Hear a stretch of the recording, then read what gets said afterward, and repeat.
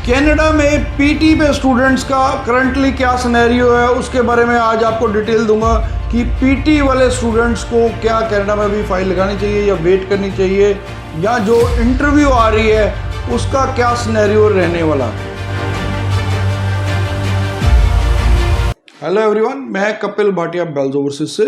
Canada में जो भी स्टूडेंट्स अब पीटी पे फाइल लगा रहे हैं तो मैं उनको बताना चाहता हूं कि आने वाला टाइम बहुत अच्छा होने वाला है, जिसकी एक्सपेक्टेशन है कि हमें पॉजिटिव ट्रेंड रहने वाला है। करंट ट्रेंड तो पॉजिटिव चल रहा था, लेकिन इंटरव्यू स्टार्ट हुई है। इंटरव्यू से भी स्टूडेंट्स को घबराने की जरूरत नहीं है।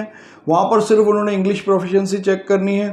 वो इंग्लिश प्रोफिशिएंसी पीछे भी उन्होंने आइल्स वालों स्टूडेंट्स की भी की थी लास्ट अक्टूबर नवंबर में, तो तब उन्होंने सिर्फ एम्बेसी में बुला के बच्चों को वही जेनरिक क्वेश्चंस ही पूछे थे कि why Canada, why this university, why this college, what are your future plans. तो यही क्वेश्चंस हैं, तो उसकी आप तैयारी कर सकते हैं। लेकिन देखो, जो स्टूडेंट्स जिनकी इंटरव्यू आई भी हुई है, घबराइए मत। आप देखिए कि आपको अगर बिना इंटरव्यू के भी वो रिफ्यूज़ तो कर सकते थे, ठीक है।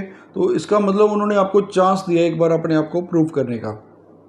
कारण क्या है? कारण आपको पता है कि जो पीटी के ऊपर पीछे एक हाई कमीशन जो है कनाडा का दिल्ली में, उन्होंने आईआरसीसी कनाडा को लिखा था कि पीटी का जो इंग्लिश टेस्ट है वो सही नहीं है, क्योंकि बहुत सारे स्टूडेंट्स हैं जो आइल्स करते हैं, उनके बैंड नहीं आते और उसके बाद वो पीटी में अपनी करके उसकी फाइल लगा लेते हैं। तो कहीं ना कहीं ये टेस्ट प्रॉपर नहीं है। अब मुझे नहीं पता कि क्या वो मेल सही थी या उसको जानबूझ के वायरल किया गया है, तो ये, लेकिन उसके बाद कनाडा ने एक नई अपडेट दी थी उस मेल की, जो जब वो वायरल हुई थी उसके बाद उन्होंने ये दिया था कि जो पीटी का टेस्ट है उसको वैलिड कर दिया था पीआर के लिए भी।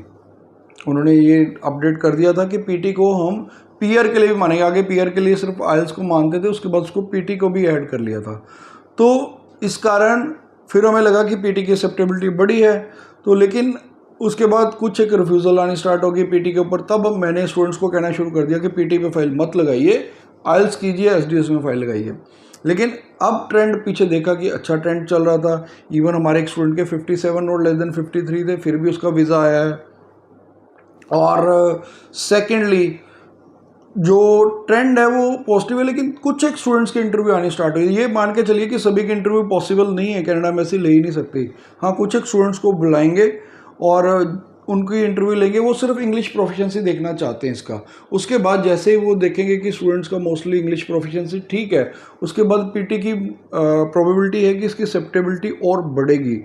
फिर भी जो स्टूडेंट्स भी पीटी पे फाइल लगाते हैं उसके लिए मैंने कुछ स्पेशल पॉइंट्स बनाए हुए हैं। मैं टीम को कहूँगा कि लिंक भी नीचे दे दो कि पीटी वाले स्टूडेंट्स किन किन चीज़ों का ध्यान रखें। आपका कोई क्वेरी है, क्वेश्चन है, आप नीचे कमेंट कर सकते हैं, हम हर कमेंट का रिप्लाई देंगे। Thanks for watching.